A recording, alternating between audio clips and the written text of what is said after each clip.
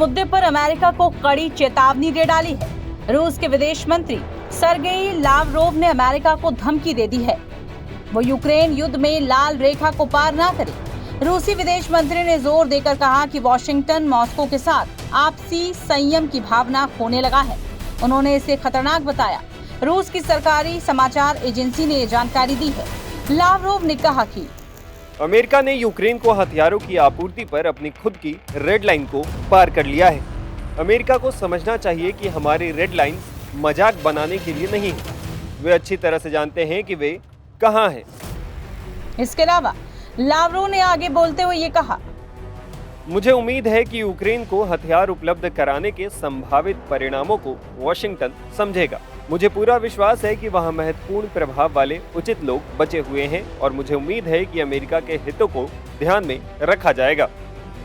इस बीच अमेरिका के राष्ट्रपति सुरक्षा परिषद के प्रवक्ता जॉन किर्बी ने कहा कि अमेरिका किसी भी देश का स्वागत करता है जो यूक्रेन में संघर्ष समाप्त करने में मदद करने के लिए तैयार है। कोई भी देश जो इस युद्ध को समाप्त करने में मदद करने के लिए तैयार है और राष्ट्रपति जेलेंस्की के विशेषाधिकारों, यूक्रेनी लोगों के विशेषाधिकारों, न्यायपूर्ण शांति के लिए उनकी योजना को ध्यान में रखते हुए ऐसा करता है तो हम निश्चित रूप से ऐसी भूमिका का स्वागत करेंगे। हाल के कुछ महीनों में यूक्रेन ने अमेरिकी हथियारों का उपयोग करके रूस के अंदर हमला किया है, जिससे रूस को काफी नुकसान उठाना पड़ा है। ये हमले अब बढ़ते ही जा रहे हैं।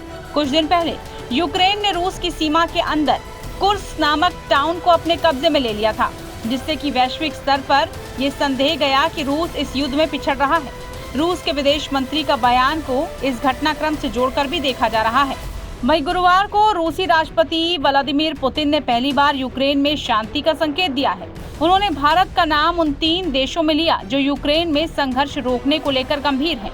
पुतिन ने भारत के अलावा ब्राजील और चीन का जिक्र भी किया है और कहा कि यूक्रेन के मामले पर वो अपने इन दोस्तों के साथ संपर्क में हैं।